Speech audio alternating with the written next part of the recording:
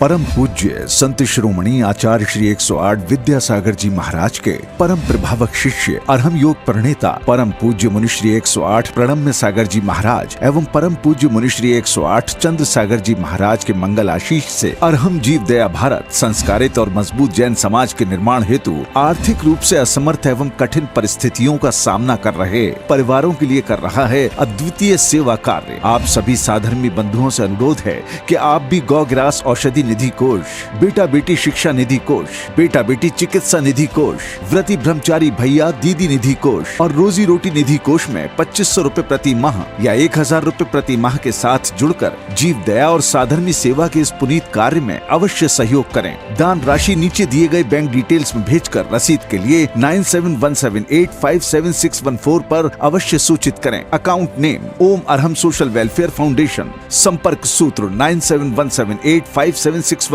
8586984787, 9810843757, 9810436940। इस कार्यक्रम के पुण्यार्जक हैं प्रणम्य वाणी देवदूत। प्रणम्य गुरु की वाणी पहुँचे घर घर, सम्यक ज्ञान प्रभावना होवे घर घर। सभी प्रणम्य वाणी देवदूत के पुण्य की बहुत बहुत अनुमोदना। अधिक जानकारी के लिए संपर्क करें। गुरु चरणों में समर्पित गुरु भक्त परिवार USA।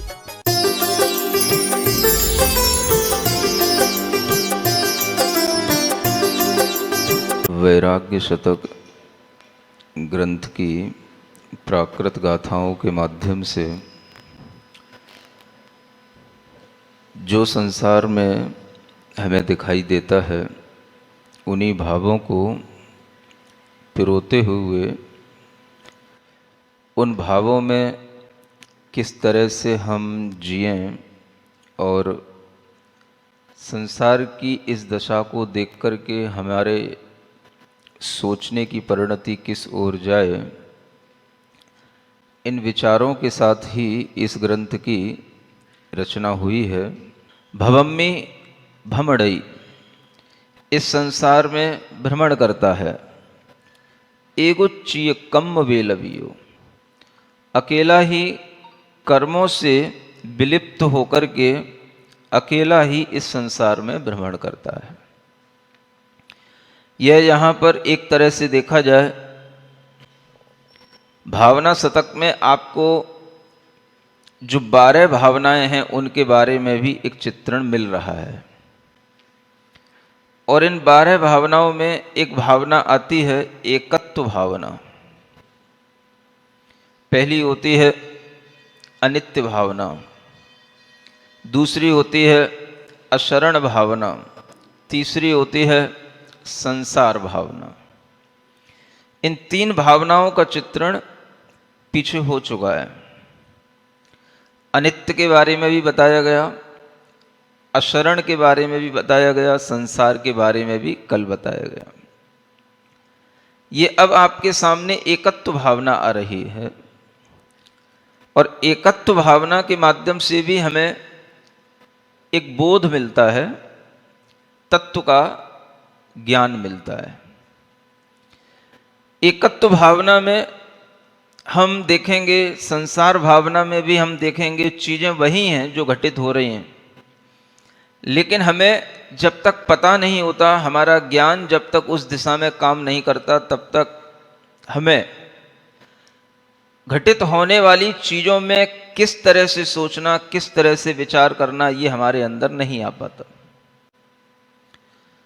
हर व्यक्ति जानता है इस संसार में जो कुछ भी वह सुख दुख भोगता है, सहन करता है, किसी भी तरह के कष्टों को वह अकेला ही करता है।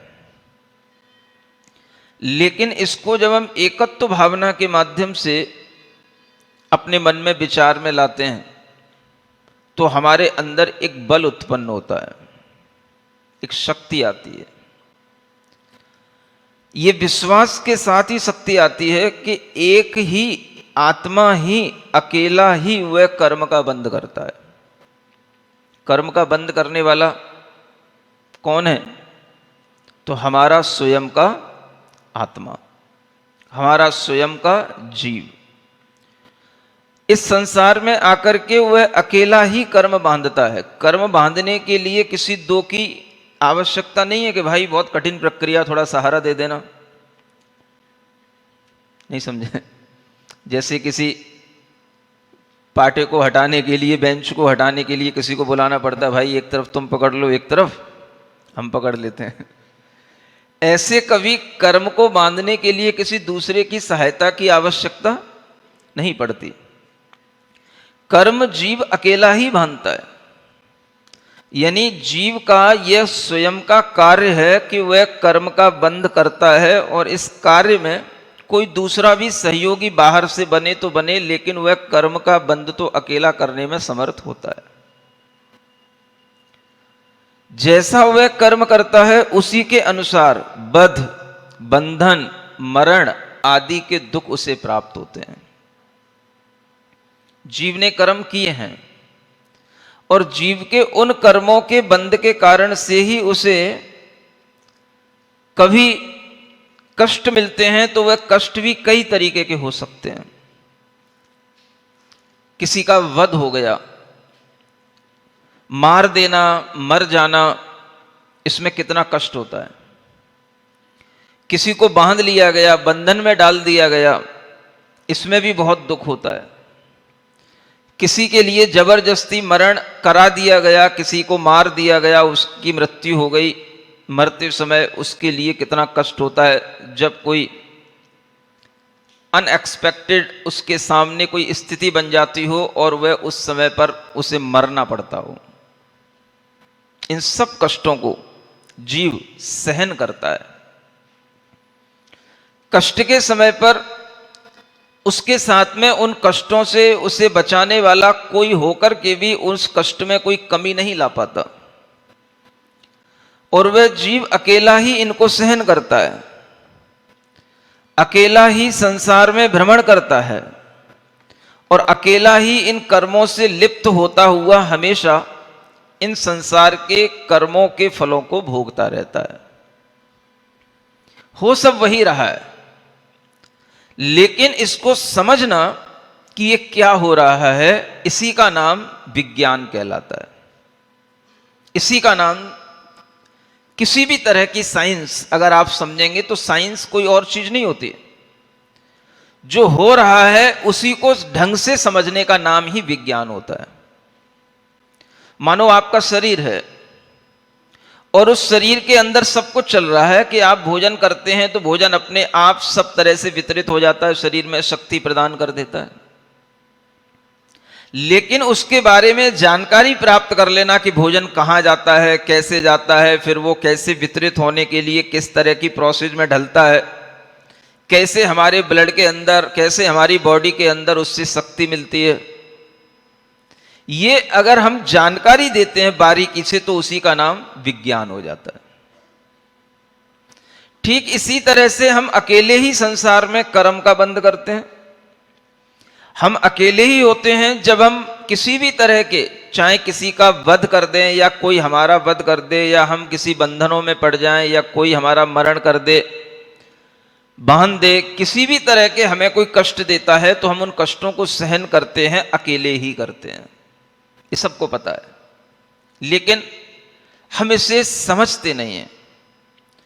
ये सब प्रक्रिया हमारे साथ में चलती है और इस प्रक्रिया में हम अकेले ही हैं। हम हाय तौबा कितनी भी कर लें, लेकिन जो कष्ट हमें भोगना है वो कष्ट हम ही भोगेंगे, कोई दूसरा नहीं भोग सकता। ये कर्म बंध की प्रक्रिया पर अगर हमें विश्वास आ जाता है तो हमारे लिए बहुत कुछ संसार में दुख कम हो सकता है।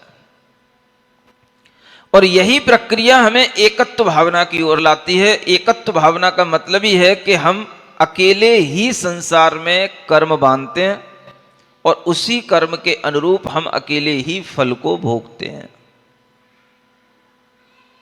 आपके लिए किसी भी तरह के कोई भी साधन मिल जाए, निमित्त मिल जाए, सहयोगी मिल जाए, लेकिन वह कर्म का बंध जो आपने कर रखा है उसी के अनुरूप आपको साधन मिलेंगे, निमित्त मिलेंगे, कारण मिलेंगे और उसी के अनुरूप आपके लिए फल की प्राप्ति होगी। ये अकेला ही आत्मा के द्वारा किया जाने वाला कर्म बंध है और अकेला ही आत्मा के द्वारा भोगा जाने वाला कर्म फल है। जब हम इस भाव में आ जाएं कि मैं अकेला ही कर्म बंध के लिए जिम्मेदार रहा हूं, मैं अकेला ही कर्म का फल भोगने के लिए जिम्मेदार हूं, तो इस भाव का, इस विचार का नाम है एकत्व भावना। हो तो अकेला ही रहा है, आप माने या ना माने, विचार करें या ना करें, हो वही रहा है, लेकिन अगर आप विचार कर लेते हैं तो आपके लिए एक नया ज्ञान, एक नया भाव आपके अंदर आ सकता है और वही ज्ञान आपके अंदर एक सुख भी पैदा कर सकता है। आप देखो किस किस तरह से जीवों के लिए बद्ध बंधन होते रहते हैं, चाहे पशुओं के लिए देख लो, चाहे मनुष्यों के लिए देख लो। कितने मनुष्य अनाप शनाप संख्या में मनुष्यों का बद्ध बंधन होता है, कितने तरीके की किडनैपिंग होती है, कितने तरीके के मर्डर होते हैं और कितनी बुरी तरीकों से व्यक्ति मरण को प्राप्त होते हैं। और उन कष्टों को अगर आप कभी न्यूज के माध्यम से देखते हैं, सुनते हैं, तो आप समझ सकते हैं कि मरते समय पर उन बद्ध बंधनों में पड़े हुए जीवों को कितना कष्ट हो सकता है। अगर आप विचार करें तो वह कष्ट उन जीवों के लिए मिल रहे हैं, इसके लिए दूसरों को हम जिम्मेदार तो ठहराते हैं, लेकिन धर्म कहता है हर कष्ट के लिए हम खुद जिम्मेदार हैं। अध्यात्म कहता है आपके कर्म ही आपके लिए उस कष्ट की ओर प्रेरित करते हैं। और ये कर्म आपने आज किए हो ये जरूरी नहीं है, आज के कर्म तो आज भोगे ही नहीं जाते हैं। हम आज जो भोगते हैं वो पिछले किए हुए कर्म होते हैं। जन्म जन्मांतर के किए हुए कर्म के फल से हमें आज कुछ भोगने को मिल रहा है और हम जो भोग रहे हैं उसमें चाहे अनुकूल आ जाए चाहे प्रतिकूल आ जाए, आता हमारे कर्म के फल से ही है। हो वही रहा है, लेकिन हम विश्वास नहीं करते। और विश्वास कर लें तो हम विज्ञानी बन जाएं, विशेष ज्ञानी बन जाएं। इसी का नाम विशेष ज्ञानी कहा जाता है। विज्ञान का मतलब विशेष ज्ञान। यही एक बहुत बड़ी साइंस होती है जो हम अपने भीतर की साइंस को खुद समझने लग जाएं।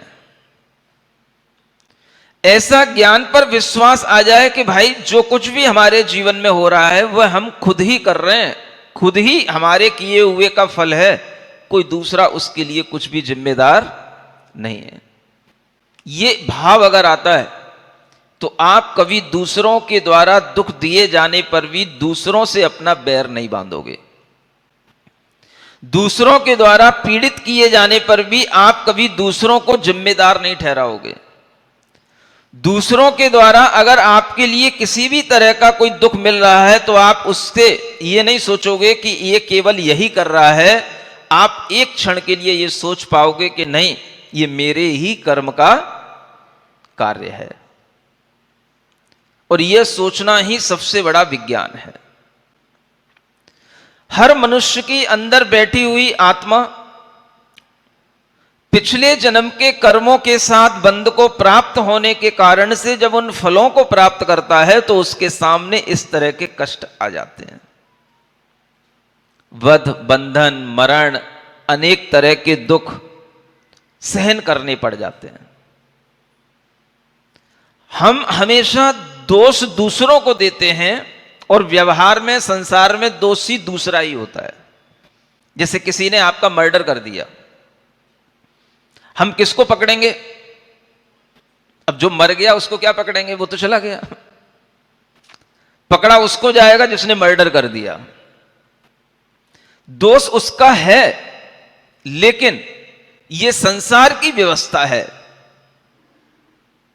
उसको पकड़ना, उसके लिए आंदोलन होना, उसके लिए तरह तरह की सजाएं प्राप्त कराने के लिए उद्वेलित होना, ये सब संसार की व्यवस्थाएं हैं और संसार इससे चलता रहता है, लेकिन अध्यात्म की व्यवस्था अपनी जगह पर अलग है। अध्यात्म कहता है उसने अगर आपके ऊपर गोली मार दी, उसने आपका मर्डर कर दिया, तो कहीं ना कहीं आपके भी कर्म का उसमें कारण है और आप स्वयं भी उस तरह के कर्म के लिए जिम्मेदार हैं। लेकिन ऐसा कहना व्यवहार में अच्छा नहीं लगता। कोई मर गया हो, अब मरा है कोई व्यक्ति तो उसके रिश्तेदार भी होंगे, घर के लोग भी होंगे, तो उस समय पर उन सबके साथ में एक सिंपैथी दिखाते हुए उन सबके लिए ये कहना कि ये गलत हुआ है, ये गलत हुआ है, उसने गलत किया है, ये व्यवहार है, ये व्यवहार सत्य है। लेकिन एक दूसरी दृष्टिकोण भी हमारे अंदर होना चाहिए कि इसमें भी कहीं ना कहीं उस व्यक्ति के भी पूर्व कर्म का कार्य है, जिसके कारण से उसे इस तरह का अचानक से अकाल में मरना पड़ गया, उसके लिए गोली लग गई, उसके लिए दुख हो गया, उसकी मृत्यु हो गई। ये जो दूसरा पहलू है अध्यात्म का, ये कोई सोच नहीं पाता है, इस ओर किसी की दृष्टि नहीं जाती है, और इस ओर दृष्टि न जाने के कारण से ही हम हमेशा दूसरों पर ही क्रोधित होते हैं, दूसरों पर ही हम दोषारोपण करते हैं और दूसरे को ही दोषी समझते हैं, और यह होता रहता है। आप देखोगे आपके समक्ष इस तरह की घटनाएं होती रहती हैं, शहरों में भी होती हैं, दूसरे शहरों में भी होती रहती हैं, और इन घटनाओं के माध्यम से कभी हमारी दृष्टि इस ओर आ पाती है क्या? भाई ऐसा भी हम कभी विचार कर पाते हैं क्या कि इसमें उस व्यक्ति के भी इस तरह के कर्म का उदय हो सकता है, या मेरे खुद का अगर मेरे साथ भी खुद हो रहा है तो वह मेरे ही कर्म के कारण से हो रहा है, मैंने जैसा कर्म बंद किया था उसी के कारण से हो रहा है। इस तरह का विचार आ जाए तो हमारे अंदर एक बहुत बड़ा शांति का परिणाम, शांति का भाव उत्पन्न हो सकता है, लेकिन वो हो नहीं पाता। हमारी आदत में, हमारी बुद्धि में हमेशा यही बात बनी रहती है कि उसने मेरे लिए गलत कर दिया। हमारे कर्म हमारे साथ में कभी इस तरह की व्यवस्था बना सकते हैं, ये हमें कभी भी महसूस नहीं होता, मरते दम तक नहीं होता। आदमी के लिए किसी भी तरह का मरण उपस्थित हुआ हो, कभी कभी दूसरों की रक्षा करते हुए भी जीव का मरण हो जाता है। अभी हाल ही में कुछ सैनिक शहीद हुए, होते ही रहते हैं। समाज की रक्षा करने के लिए, देशवासियों की रक्षा करने के लिए कितने ही लोगों को शहीद होना पड़ता है बॉर्डर पर। और आप देखो आतंकियों के माध्यम से जब आतंक मचाया जाता है तो उससे रक्षा करने के लिए कितने लोग अपनी जान गंवा देते हैं। हम उन सब शहीदों के लिए एक सम्मान देते हैं, हम उन सब शहीदों के लिए एक भीतर से करुणा की भावना भी लाते हैं कि देखो इनके परिवार में कितना दुख हो गया, और ये दुख हो जाता है। अब ये दुख है और ये हमेशा से होता आ रहा है। कितने ही ऐसे जवान होते हैं जिनकी 1 साल पहले शादी हुई हो, 4 महीने पहले शादी हुई हो, अचानक से उनकी गोली लग जाती है, उनकी मृत्यु हो जाती है। हम कितने ही तरह के ऐसे भी लोगों को देखते हैं, ये तो चलो अच्छे लोग हुए जिन्होंने किसी की रक्षा में अपने प्राण निकाले, देश की रक्षा में इनके प्राण गए। कुछ ऐसे भी लोग होते हैं जो किसी की रक्षा नहीं करते, केवल मारते ही हैं। अब मान लो कि हम दूसरी तरफ से देखें कि जिन आतंकियों ने इस तरह का कोई कृत्य किया और इनका मरण हो गया, अगर कभी वो आतंकी भी किसी ना किसी की गोली खाएंगे, वो भी तो मरेंगे। जब वो मरेंगे तो उनके भी कोई ना कोई परिवार तो होंगे भी, वहां पर भी कहीं ना कहीं दुख होगा उनके परिवारों में, लेकिन उस दुख से हमें कोई प्रयोजन नहीं होगा, क्योंकि हमने अपने आप को विभाजित किया है कि नहीं, ये हमारे देश की बात है, ये उनके आतंक की बात है। ये हमारे अंदर का एक व्यवहार है और इस व्यवहार में हम जिस तरह की मानसिकता बना लेते हैं वो मानसिकता अपने लिए ठीक है, लेकिन जब आप इस व्यवहार से ऊपर उठेंगे तो आपको एक मानसिकता ये भी देखनी पड़ेगी कि जीव कहीं भी मरे, कैसे भी मरे, कोई भी मरे, जीव अगर मरता है तो वह अपने कर्म के कारण से ही मरता है। अब मान लो वही आतंकी है जिसने किसी को मार दिया, उसने भी पाप कर्म का बंध किया। अब वही आतंकी कभी मरण को प्राप्त होगा और वह पुनः फिर कभी कोई जन्म लेगा, मान लो मनुष्य का जन्म ले लिया और वह फिर कभी मनुष्य के जन्म में आगे बढ़ा, थोड़ी सी बड़ा हुआ, उसको मान लो 18 साल का 15 साल का हो गया और फिर उसके लिए कोई ऐसा निमित्त लग गया कि उसी व्यक्ति ने जिसने उसको गोली मारी है उसी व्यक्ति ने उसको गोली मार दी। अब इसमें कितनी देर लगेगी? 15-18 साल बीतेंगे और वो निकल जाएंगे और वह व्यक्ति फिर उसको गोली मार देगा। तब हम फिर कहेंगे कि देखो उस 15 साल का व्यक्ति था, 18 साल का व्यक्ति था, उसने उसको गोली मार दी, अच्छा नहीं किया। अगर वही व्यक्ति अपने देश में उत्पन्न हो गया, अपने यहां पर उत्पन्न हो गया, अपने परिचय का हो गया, तो अपने को दुख होगा, और नहीं हुआ तो ऐसे तो कितने ही मरते रहते हैं, हम कभी किसी के बारे में सोच नहीं पाते हैं। जो व्यक्ति किसी ना किसी रूप में वध बंधन को प्राप्त होता है, मरण को प्राप्त होता है, वह भी कहीं ना कहीं पिछले अपने कर्मों के कारण से इस तरह की स्थिति को प्राप्त होता है। यह कहना ही अध्यात्म है, यह कहना ही धर्म है और यह विचार करना ही शांति को लाने वाला है। अन्यथा दुख को दूर करने की और कोई दवाई है नहीं। लेकिन व्यवहार में हम, जो व्यक्ति दुखी होता है, हम उसके साथ दुखी होना शुरू कर देते हैं। यह व्यवहार होता है। भाई अगर किसी के घर में कोई गमी हो गई है, कोई व्यक्ति मरण को प्राप्त हो गया है, तो उसके समक्ष पहुंच करके थोड़ा सा दुखी तुम भी हो जाओ, ताकि उसे लगे कि ये हमारे दुख में ये भी दुखी हैं। ये व्यवहार है। लेकिन व्यवहार होते हुए भी एक सत्य, भीतरी सत्य जो होता है वो कुछ अलग होता है, और वह व्यक्ति समझ भी सकता है। जो व्यक्ति वहां पर गया है, उसकी गमी में गया है, वह व्यक्ति समझ सकता है, और जो स्वयं रो रहा है वो भी समझ सकता है। लेकिन उस समय वो सत्य उजागर नहीं किया जाएगा, क्योंकि ये अच्छी बात नहीं होगी कि अगर किसी व्यक्ति के लिए कोई गमी हो गई है और उस समय पर आप कहो भाई वो तो अपने कर्म के कारण से मरण को प्राप्त हो गया, तो अच्छा नहीं माना जाएगा। ये बात सही है ना? ठीक है, अच्छा नहीं माना जाएगा, लेकिन कहीं ना कहीं आपको एहसास तो होगा ही, और ये एहसास होना चाहिए कि नहीं?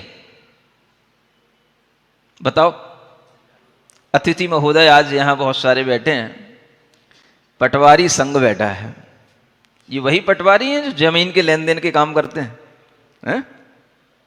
अब आप देखो, इनसे भी पूछ लो, कितने ही लोगों की जमीनें ये जहां निशान लगा दें वहीं पर राइट हो जाती हैं। समझ आ रहा है? ये लोग इतने विश्वस्त माने जाते हैं कि अगर किसी व्यक्ति को अपने जमीन का सीमांकन कराना है, नाप तौल कराना है, और अगर खसरे में कहीं पर किसी को पता नहीं हो कि भाई जमीन कहां से कहां तक है, तो यही प्रामाणिक है उसके लिए। जहां ये कह देंगे भाई ये लाइन यहां तक है, बस वो पक्की लकीर हो गई, अब उस लकीर को कोई हटा नहीं सकता है। ऐसी बात है ना? ऐसे ही होता है ना? आपके हाथ में भी बहुत कुछ होता है। कितने ही लोगों की जमीन आप गबन भी करा सकते हो, कितने ही लोगों की जमीनों में आप उन्हें उनका हक भी दिला सकते हो, कितने ही लोगों की जमीनें जो उलझी हुई रहती हैं आप उन्हें सुलझा भी सकते हो। आप लोगों के ये हक में होता है। लेकिन कभी कभी आप लोगों के सामने भी ये परिस्थिति बन जाती होगी कि आपको भी कहीं ना कहीं ये जानते हुए भी कि ये गलत हो रहा है, आपको करना पड़ जाता होगा। होता है ऐसा? कभी ना कभी होता ही होगा।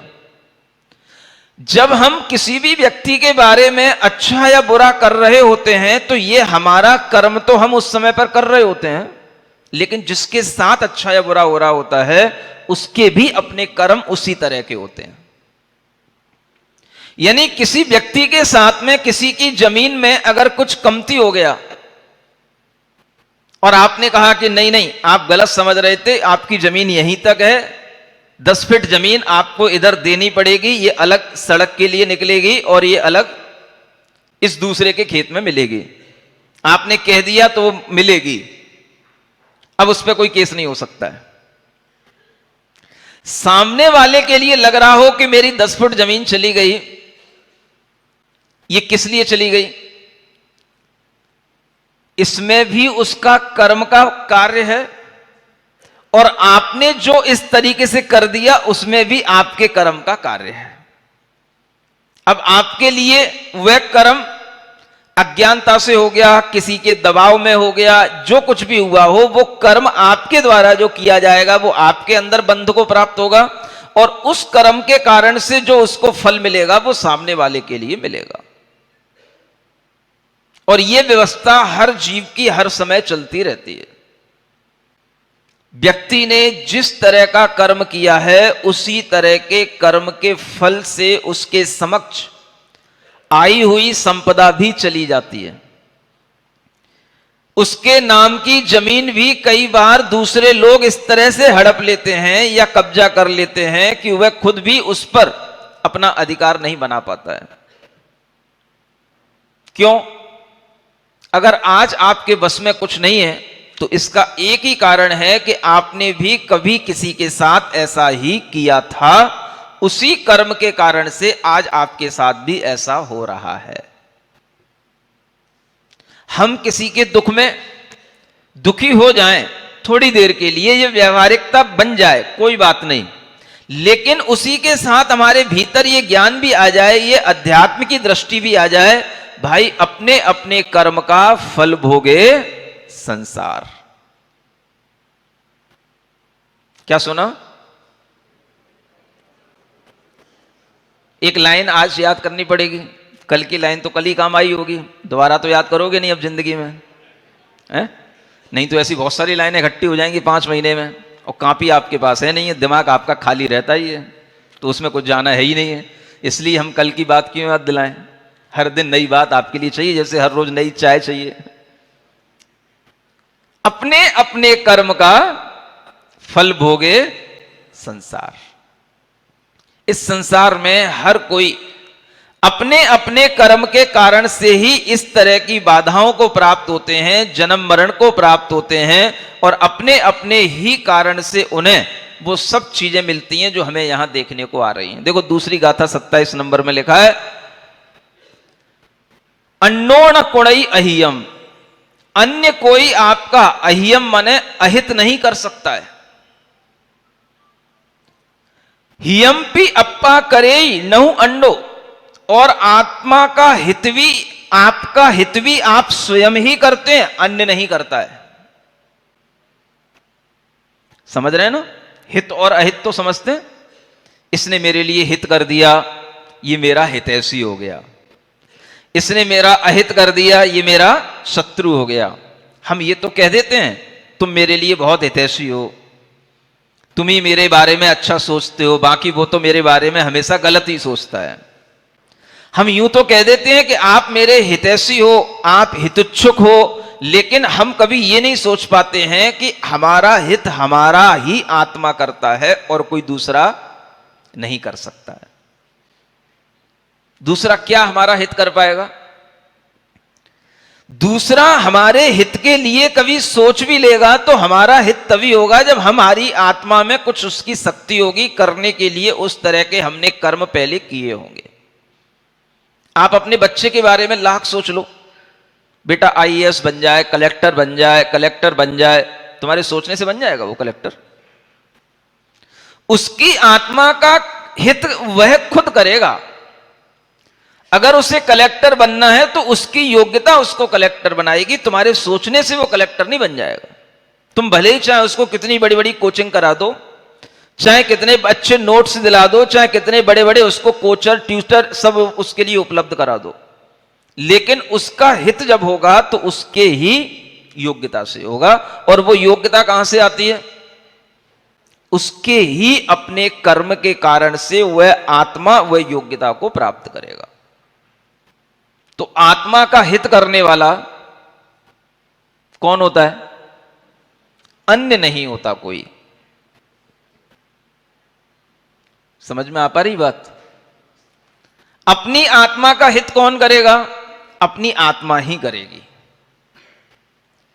जब हित अपनी आत्मा करेगी तो अहित भी अपनी आत्मा ही करेगी। अब भाई तुमने मेरे लिए अहित कर दिया, तुमने मेरे लिए बुरा कर दिया, तुमने मेरे लिए बहुत बड़ी बुराई कर दी, तो बुराई उसने नहीं कर दी, बुराई भी हमारे ही आत्मा में बंधे हुए कर्म के कारण से हमारी आत्मा को प्राप्त हो गई। करने वाला सामने कोई दूसरा निमित्त बन सकता है। तो अहित भी हमारी आत्मा का आत्मा ही करती है और हित भी आत्मा का आत्मा ही करता है। ये बातें अगर हमारे कहीं जहन में उतर जाएं और कहीं हमारे विश्वास में आ जाएं तो कितना अच्छा हो। इन विचारों के माध्यम से ही आप अपने लिए कुछ अच्छा या बुरा जब करने को चलते हैं और आपके साथ में अच्छा नहीं हो पाता या बुरा हो जाता है, तो आप किस पर टूटते हैं? दूसरे पर। लेकिन अध्यात्म क्या कहता है, धर्म क्या कहता है, हमारी अपनी नैतिकता क्या कहती है? हम किसी के लिए कभी भी अगर बुरा सोचते हैं तो बुरा सोचने में हमारे अंदर तो वो बुरे कर्म बंध ही गए। अब जब वो बुरे कर्म हमारे अंदर बंध गए तो वो हमको कभी ना कभी बुरा फल देंगे।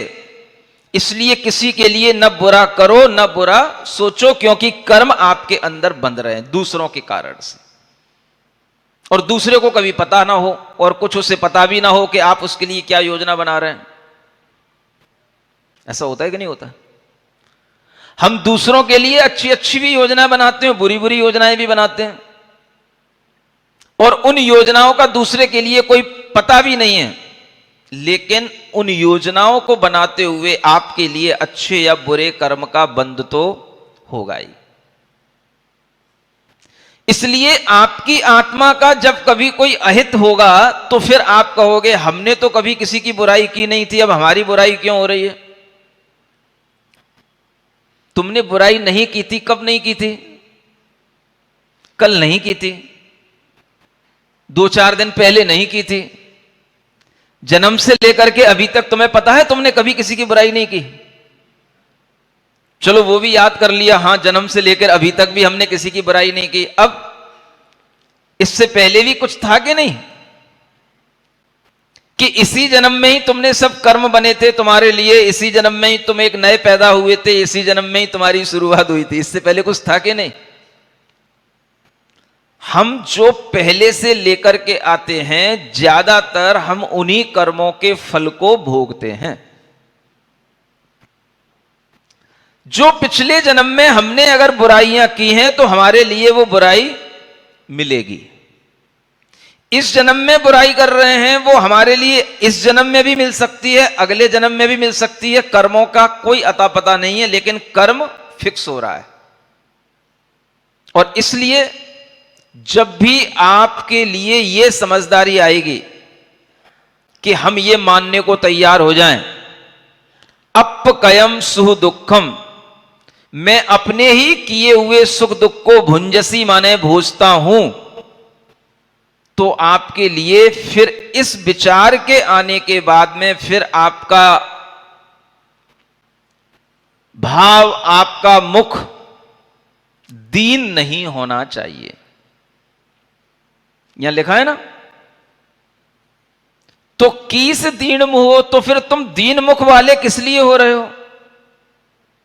जब किसी के लिए कोई दुख मिल रहा है या किसी के लिए कोई बुराई करने वाला मिल रहा है, अगर उसके लिए उसके मुख पर मिलानता आ रही है, यह सुनकर के देखो लोग हमारी बुराई करते हैं, लोग हमारी निंदा करते हैं, हम बहुत अच्छा करते सबके लिए, लेकिन फिर भी लोग हमें घर में कोई भी अच्छा नहीं कहता है, तो आपके अंदर यह विचार आना चाहिए कि हम उस समय पर अपने आप को दीनहीन मिलान मुख वाला करके अपने अंदर निराशा उत्पन्न न करें।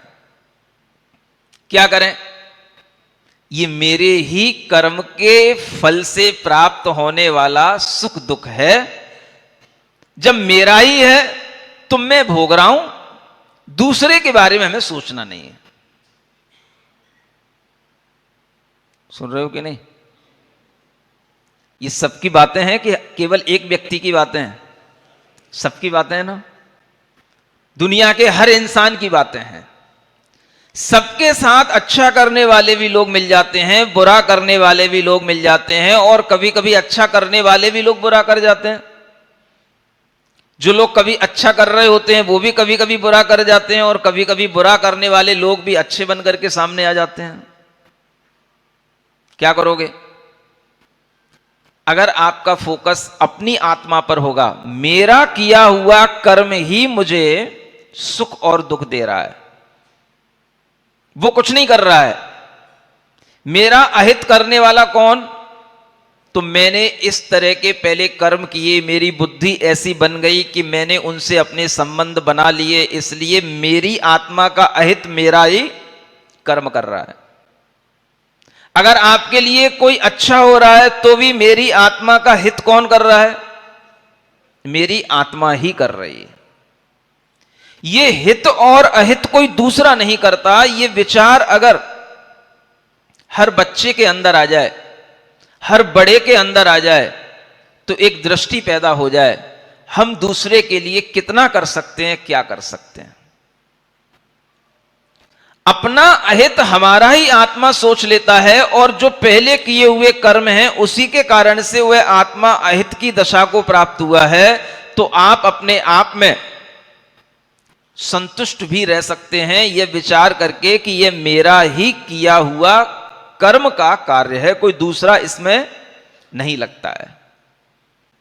लेकिन यह विश्वास आता नहीं है।